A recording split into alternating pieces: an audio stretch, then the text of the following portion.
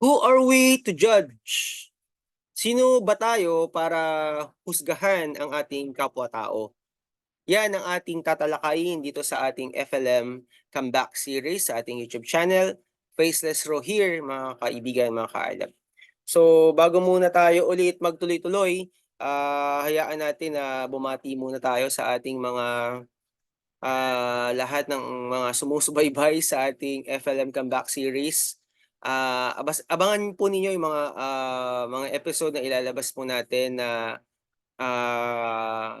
this is my view, this is what I see, my perception, this is how I perceive Doc FLM, kung ano yung kanyang ginagawang ah humanitarian mission, kung ano yung kanyang ginagawang pagtulong sa kapwa, kung ano yung kanyang ah, ah, passion sa ngayon na nakikita natin na tumutulong siya kahit na anong gawin ng mga bash sa kanya 'no, hindi pa rin siya pipigilan na tumulong sa maraming mga kababayan natin. So, hayaan niyo po na magtuloy-tuloy po ang ating talakayan dito sa ating YouTube channel. So bago muna yon, katulad ng sinabi ko ay magbasa muna tayo ng mga ilang komento sa ating comment section. So yung pinakahuli nating vlog, just recently, ay yung katangian ng philanthropist. So philanthropist, si Doc Franz Leo Marcos na at maaaring nagkasama-sama tayo dito, nagkaroon tayo ng iisang pananaw, iisang nakikita at nararamdaman kaya naman nagsama-sama tayo dito na patuloy tayong sumusuporta sa ating pandemic hero, walang iba kundi si Doc Francis Leo Marcos at kung ano yung kanyang vision ay sinusundan natin. Bakit? Kasi meron din tayo nito, okay. So basahin ko na rito, ang sabi dito ng Sidern Family Channel, "Thank you for sharing, idol. Moving forward on your channel, have a blessed day." So ang ganda ng sinabi niya at nakikinig din siya dito sa ating talakayan.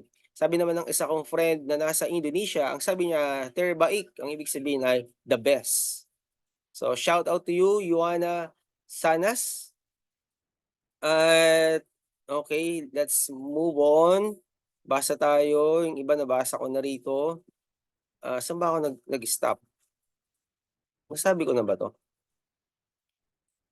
Oo, nasabi ko na ata 'to. Mm.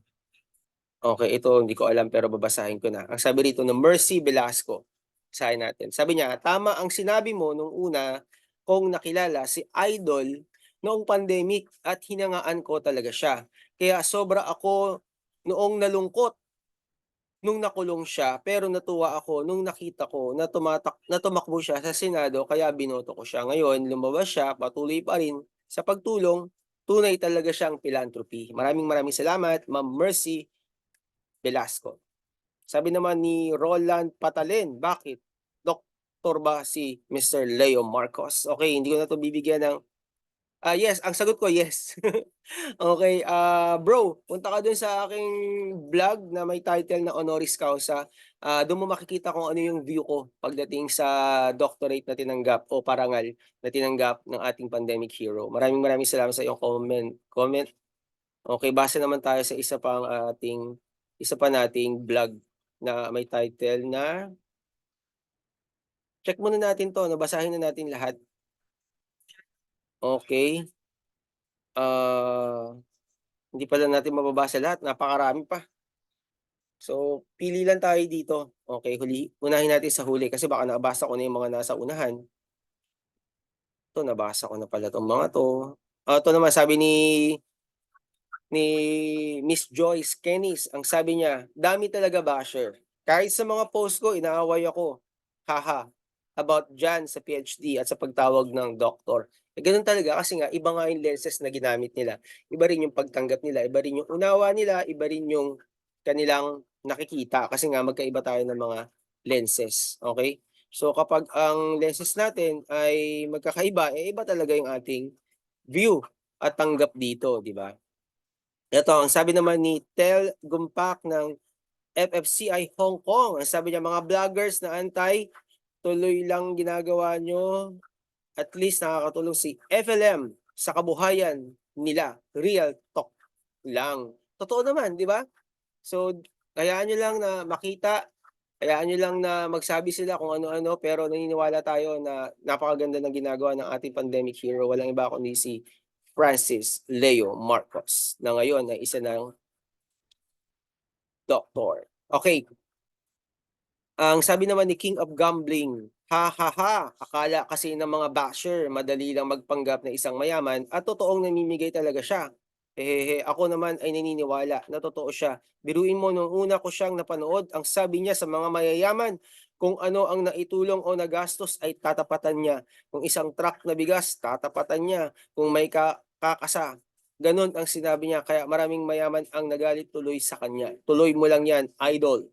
God bless you." Sabi ni King of Gambling. Maraming maraming salamat sa iyo, King of Gambling. Ang sabi naman ni Miss Weng, hello.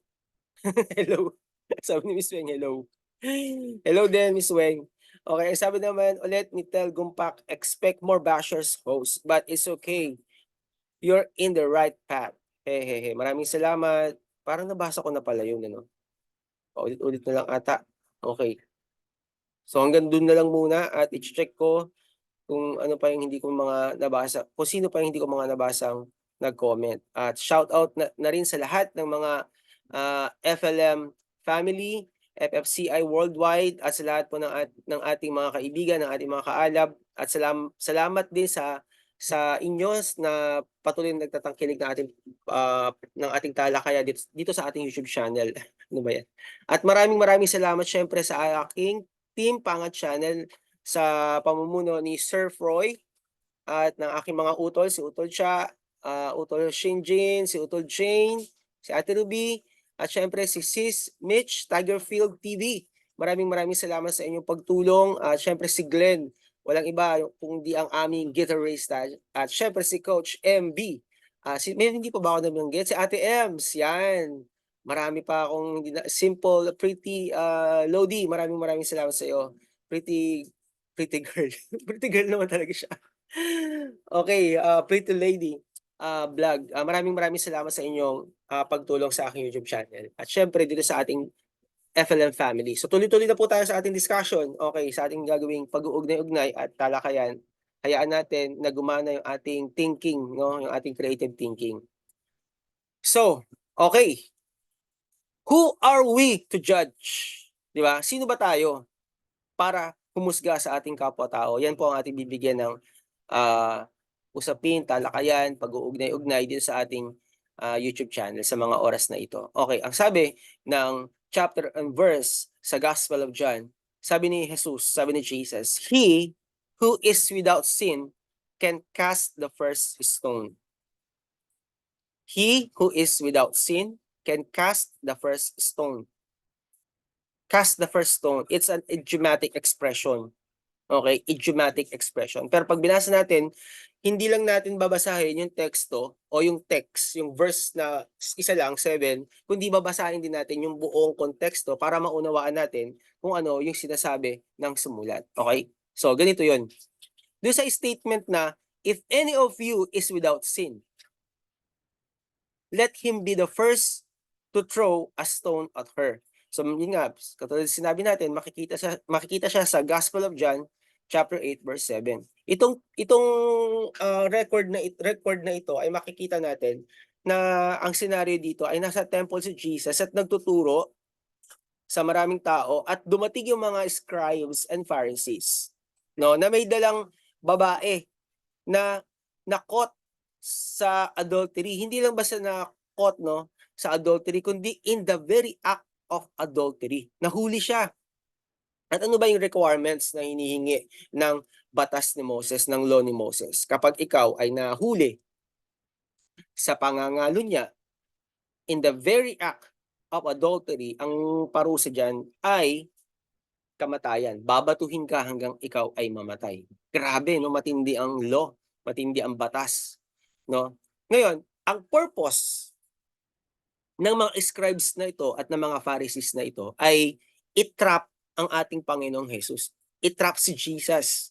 So, yun ang tumatakbo sa kanilang evil minds. Grabe yung minds ng mga Pharisees at ng mga, scribes na 'to 'no. Mamaya po pag-uugnay-ugnayin natin 'yan at tatalakayin natin, sa ating, bakit ano yung connection nito sa ating pandemic hero, walang iba kundi si Doc Francis Leo Marcos. Ano ba yung connection niya sa FLM, ah family, ano yung connection nito sa FFCI worldwide at sa ating mga sumusuporta sa ating pandemic hero. At sa bawat isa sa atin na mga Pilipino, hindi lang naman pinag-uusapan dito si Doc FLM, sa ating mga Pilipino. At kung may mga, ah, foreigner na nakikinig sa atin, sa lahat ng tao puwede ito i-apply, okey? Puwede i-apply.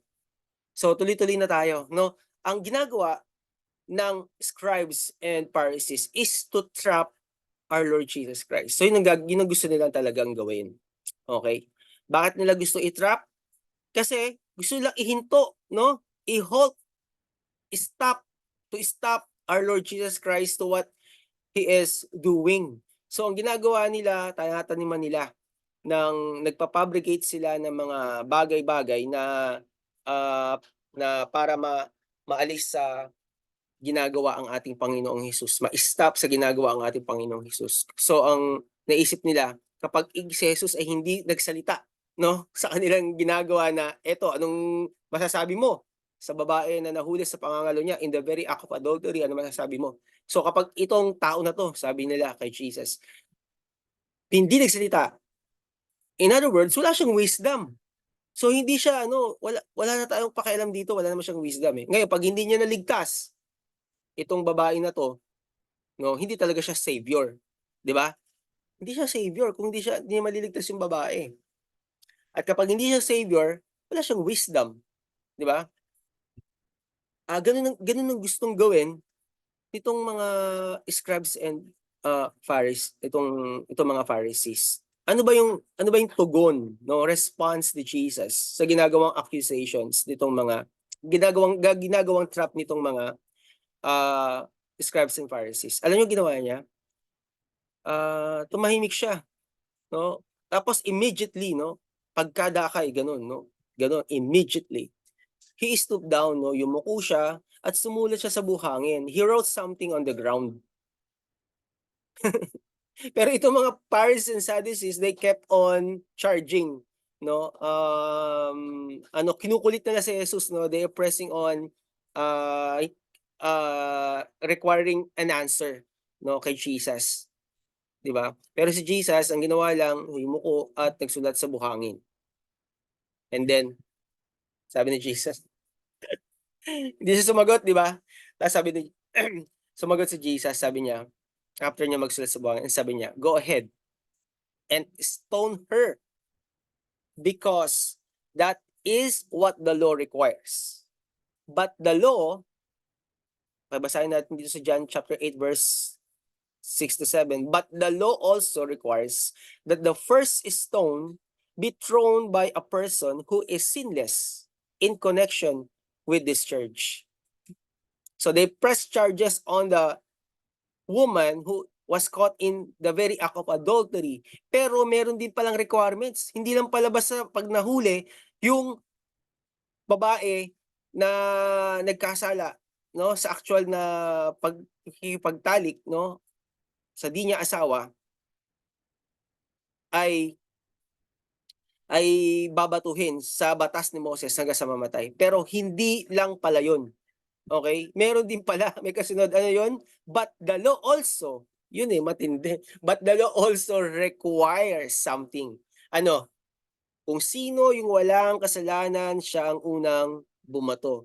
So dapat merong witnesses. At yung witness na yon ay sinless, walang kasalanan, bahid kasalanan. At siya yung unang mag-e-execute ng pagbato. So nakita niyo yun 'no? Ah, ang daling i-twist ng ng salita na isa lang yung ipe-present mo, pero yung kasunod di mo na idudugtong. Hindi naman pala yun. Sabi dun, "But the law also requires." Hindi lang yung nahuli sa pangangalo niya babatuhin hanggang sa mamatay, yun ang sinasabi ng batas ni Moses. Pero ano ba yung sinabi? Ang sinabi dun, kung ano yung nire-require ng batas, it also requires what? The first the that the first stone be thrown by a person who is sinless in connection with this church. Ang talino ni Lord 'no? Ang talino ng Lord natin. Pero hindi natin sinasabi na hindi guilty yung babae, 'di ba? Kasi 'pag ikaw ay guilty ng adultery, ang capital offense nito sa batas ni Moses ay babatuhin talaga 'no, hanggang sa mamatay, 'no, okey. Pero siyempre, yung law na yun na makikita natin sa Deuteronomy sa book ng Deuteronomy, eh, may requirements din pala. Dapat mag-produce ng mga witnesses at yung witnesses na yun siya ang unang mag-execute. Alam niyo yung ginagawa ng mga Jewish leaders? Matindi 'no, para talagang gustong i-pull down, ipa-stop, i-suppress yung ginagawang revolution, ginagawa ni Jesus na mission. Excuse me, 'di ba? So, yun lang yung purpose nila 'no, patigilin si Jesus. Kaya grabe yung inis, yung galit, yung selos, yung inggit ng mga scribes, ng mga Pharisees, ng mga Jewish leaders nito sa ating Panginoong Hesus, okey? So siyempre, wala naman silang ma-produce na tao na hindi guilty at wala din willing 'no, in other words, they are unable to produce the required witnesses. Why? Because everybody was not perfect. Everybody is not perfect. Okay? Lahat nagkamali at nagkasala. 'Di ba? Anong ginawa ni Jesus? Alam mo ginawa ulit ni Jesus for a second time? Yumuko siya ulit. He stooped down and he wrote something on the ground in a second time. Alam niyo kung anong nangyari? Di ko alam kung ano yung sinulat ko 'no, pero ang nangyari ganito, isa-isang umalis yung mga Jew, magmula sa eldest hanggang sa pinaka-youngest. Isa-isa, without saying any word, isa-isa silang umalis. And then, anong nangyari, pinalaya ni Jesus yung babae. Sabi ni Jesus, "You are free." Pero binigyan niya ng warning, "Oh, wag ka na ulit magkakamali, ah." Yun ang sabi niya. 'Di ba? Ano yung matututunan natin sa passage na ito? Ayan, pag-usapan natin, 'di ba? Ano yung matututunan natin? Sa passage na ito, madali lang mag-accuse ng tao, 'di ba? Pero unless na ang puso natin 'no, 'pag hindi natin pinasiyasat sa Diyos yung ating kaisipan at yung ating puso, baka naman hindi rin tayo pumasa sa kalinisan at pamantayan ng ating Panginoong Diyos. Katulad ng ginagawa natin ngayon sa ating kapwa-tao. Who are we to judge? Sino tayo para humusga sa ating kapwa-tao? Sino tayo para magsabi ng kung ano-ano sa ating kapwa-tao? Paulit-ulit na yung sinasabi ko. Ang gusto kong sabihin, sino tayo para sabihan ng kung ano-ano si Doc Francis Leo Marcos? Hindi ko alam kung ano yung mga personal issues niyo, hindi ko alam kung ano yung mga, nasa isip niyo, kasi baka narinig niyo lang o nakita niyo sa social media, sa mainstream social media at pinaniwalaan niyo agad without investigating, 'no? Wag gano'n kasi give the people the benefit of the doubt. Kasi 'pag parang boomerang 'yan, eh, 'pag binato natin babalik sa atin 'yan at tandaan natin. Wag lang na tayo baka tayo ay meron ding, pagkakamali at haharap tayo sa hukuman, sa judgment. Baka hindi rin tayo pumasa, 'di ba? 'Di ba, hindi rin tayo pumasa. 'Yun po yung gusto kong sabihin 'no. At dapat yung puso natin 'no, I'm admonishing ang bawat isa dito sa atin na kasi 'pag ganito ang nangyari, matik talaga yung division. 'Pag ikaw ay nag-judge sa kapwa mo, automatic na may offense at mangyayari talaga. magkakaroon talaga ng division, maghahati-hati po tayo. Alam niyo po kung ba't ko bina-vlog, si Doc FLM kasi nakita ko talaga at naniniwala ako talaga sa kanya kung ano yung kanyang vision, kung ano yung kanyang passion ng pagtulong sa ating mga kababayan. Lalong-lalo na ngayon na tayo po ay nakakaranas ng recession at hindi lang ito basta recession, hindi lang ito sa Pilipinas nangyayari, naapektuhan ang Pilipinas ng recession na 'to at hindi lang basta recession, Great Recession itong mangyayari na mga susunod na na buwan at taon sa buong mundo. At ba't hindi natin bigyan ng pagkakataon na itong tao na 'to na tumulong, 'di ba?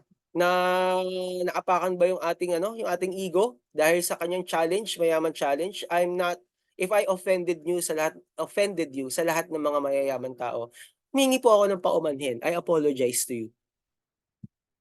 Pero ito po yung nakikita ko 'no, na ginagamit po, very clear, ginagamit talaga si Doc Francis Leo Marcos sa panahon natin.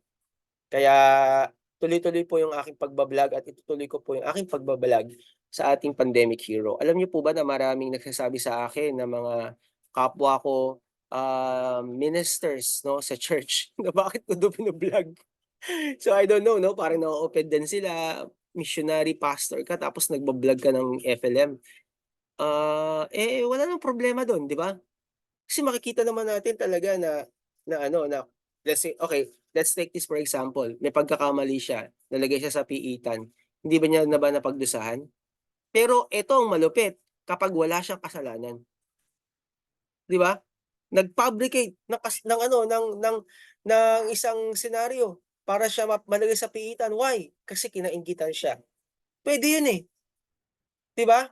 Ano ba yung intensyon ng tao? Ano ba yung background ng tao? Alam natin na na may mga ganito na nagawa, may mga ganito na nangyari, pero alam mo ang isa dun na nakikita natin, tumulong siya. Marami siyang natulungan, marami siyang na-encourage. Katulad nga kami 'no, mga ilang vlogger din yung katulad ng sinasabi ko sa inyo, 'di ba? May isang vlogger na taga Riyadh. Grabe tumugon din dun sa ano ano, eh, panawagang mayaman challenge ni Doc Franz Leo Marcos. Hindi siya nagbigay ng maraming bigas 'no, ang nabigyan niya dalawa lang kami na vlogger, tag-isang sako kami. Alam niya kasi nagbibigay din ako ng bigas dito sa lugar namin. Hindi man marami, minsan 3 kilo, 5 kilo, pero kung meron nagbibigay kami. At ngayon kasama po natin si Sara Balabagan, Sereno na nagbibigay po ng mga groceries 'no. At yan po yung kanyang project ngayon. Isisingit ko lang 'no, si Miss Sara Balabagan Sereno ay may project, nagbibigay po siya ng mga groceries sa iba't ibang lugar dito sa Pilipinas at marami rin pong nagpa-partner sa kanya. Singit ko lang kung gusto niyo pong mag-partner kay Miss Sara Balabagan, puwede niyo po kaming kontakin or siya mismo puwede niyong kontakin sa kanya pong Facebook, at makikita niyo po dun yung kanyang pangalan na Sara Balabagan Sereno sa Facebook. Puwede niyo po siyang kausapin dun or ako or yung asawa ko si Lady Len, kami po yung napagkatiwalaan ni Miss Sara na person dito sa Pilipinas ng kanyang Sara Balabagan Missions International or SBMI. So, naisingit ko rin 'no, yung naisingit ko dito sa ating vlog 'no. Okey so tuloy-tuloy po tayo, 'di ba? Sino tayo para manghusga ng ating kapwa? Kasi magpo-produce siya ng division. At hindi natin kailangang magwatak-watak, maghiwa-hiwalay bilang mga Pilipino. Sa panahon ngayon, kailangan po nating magkaisa. Tama po ba? So, if we are condemning people, putting guilt on people, ang next na mangyayari niyan, babalik sa atin yung liwanag, eh, yung light, yung beacon, 'di ba? Ano ba yung pino-produce ng beacon natin? Our beacon produces hope and strength or our beacon produces condemning or putting down other people's lives. So 'pag tumingin naman tayo dun sa cross, iba-iba kasi ng lenses, 'di ba? Ano ba sinisigaw dun sa cross nung pinako si Jesus? Ang sinisigaw niya dun, pagmamahal at pagpapatawad. Pero nung namatay si Abel, pinatay siya ni Cain, ang sinisigaw ng dugo ni Cain na tumigis dun sa kanyang katawan, dun sa lupa 'no, na kumalat sa lupa, ay ano, katarungan, 'di ba? Gano'n kasi tayo. Pero pagdating kay Jesus, love. forgiveness, biyaya ng Panginoon. Kaya ako nakikita ko 'no, I'm connecting God's word sa ginagawa ni Doc FLM, not because I'm aligning the word of God to his experience, no. Makikita natin sa Biblia kung ano yung ginagawa ni Doc FLM. In other words, kung ano yung ginagawa ni Doc FLM is aligning to the word of God at ano yun, yung humanitarian, yung pagre-reach out sa mga tao. Ang sabi nga ni Paul, wag mong kalilimutan, isa sa ministry ni Apostle Paul is the ministry to the poor.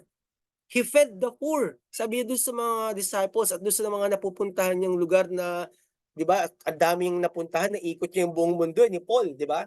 Pero anong encouragement niya, anong admonishment niya dun sa napupuntahan niyang mga kapatiran? Wag kalilimutan ang mga kapatirang mahihirap. Ano ba ginagawa ni Doc FLM? Huwag kayong magpasalamat sa akin, magpasalamat kayo sa Diyos. Sa Diyos lagi ang turo niya. Puwedeng sabihin natin, "Oh, 'di naman." Anong alam mo sa intention ng tao?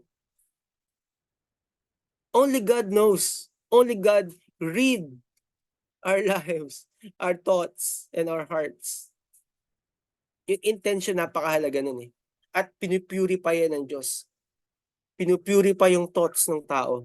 Dumadaan siya sa pagsusuri sa malaking, examination hanggang maging ihandog siya na isang, eto puwede na 'to, pasado na sa training.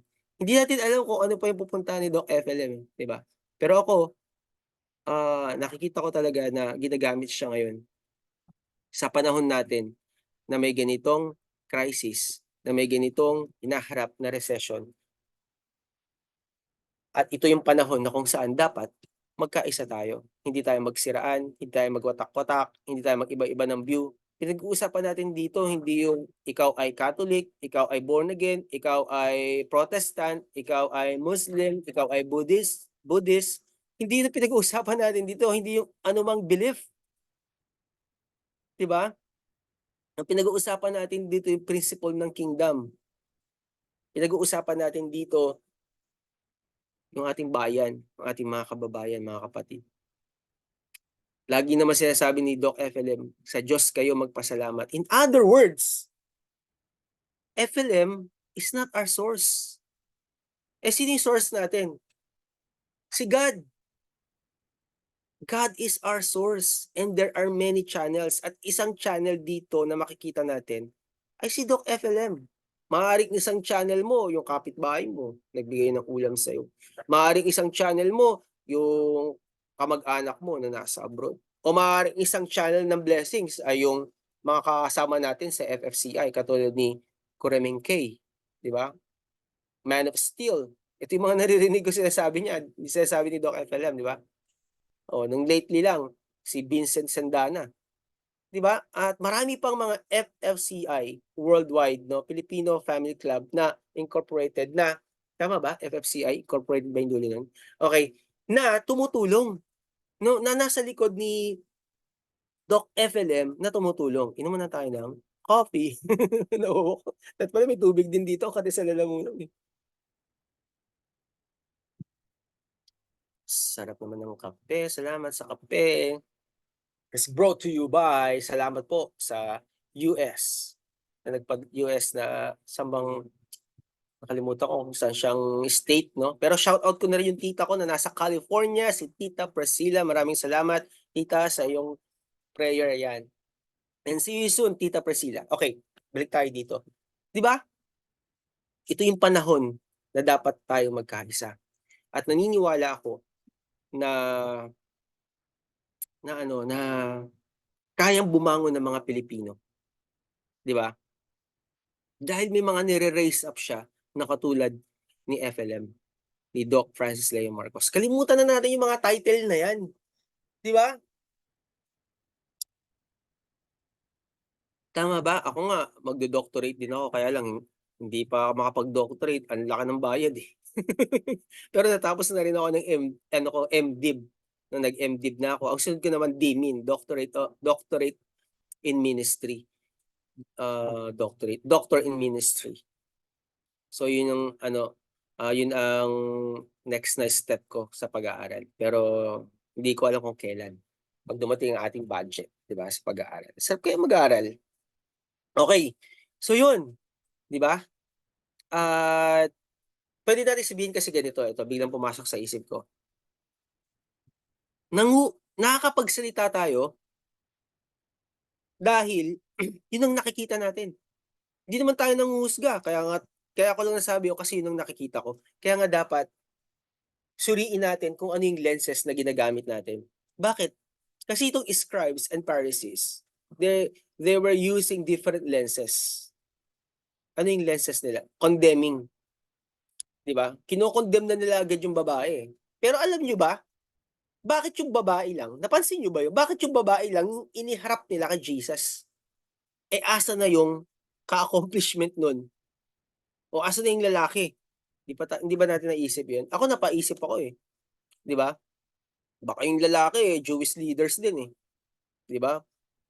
Baka 'pag sinama natin 'tong lalaki, eh, ito Jewish leaders may masabi sa'tin si Jesus o kaya wag ka na, ito lang babae. 'Di ba isang point yun. Kaya wag tayong magja-judge, 'di ba? Katulad niyan tuturo-turo tayo. Oh, 'di ba 'pag tumuro tayo, we are pointing our fingers to others. So itong isang hintuturo natin, nakaturo din sa tinuturo natin. Pero yung tatlo yung balik sa'tin 'no, 'di ba? Ito na lang, sample na lang 'to, eh. At itong isang 'to ay witness 'no? Ang Diyos ang witness. May Diyos na nakakakita. Eto nakaturo sa'tin dito horizontal, eto vertical. May tatlong balik sa'tin 'no? So kaya wag tayong magtuturo at saka baka manuno tayo niyan, hindi joke lang. So, yun yung nais kong i-share sa episode na 'to. Who are we to judge? Sino ba tayo para manghusga ng ating kapwa? Siguraduhin lang natin na wala tayong bahid kasalanan. Na kapag tayo ay in-x-ray, tatapusin ko na po yung aking vlog, na kapag tayo ay in-x-ray walang makikitang anumang pangit at kasalanan sa ating puso at sa ating isip, 'di ba? Kasi dito sa FLM community, may ginagawa ang Diyos. Ayun yung nakikita ko, 'di ba? Hindi perfect si Doc FLM kasi 'pag tumingin kayo sa kanya masasaktan talaga kayo. Okey, yun lang po yung gusto kong ibahagi sa episode na 'to. Maraming salamat po. Yes, salamat sa lahat ng mga nagmamahal kay Faceless Raw at dahil diyan nais kong sabihin sa inyo na mahal ko din po kayo at maraming salamat sa ating FLM community at sa lahat ng tumatangkilik sa ating, YouTube channel. Sa aking mga team, sa Team Paangat channel ni Sir Proy, at sa yun pa pala yung mga kasama ko, sa Alien Nation, 'yan. Kay naku nakalimutan ko tuloy yung pangalan ni mami, tsaka, yes si Tatay Balix at 'di bale babalikan natin yung pa-shoutout natin na 'yan sa ating mga ka-team. Ang dami po kasi nila hindi ko na babanggitin yung mga pangalan, pero sa susunod po nating episode. Kaya ito po si Faceless Straw, maraming salamat sa inyong pagsubaybay. God bless po.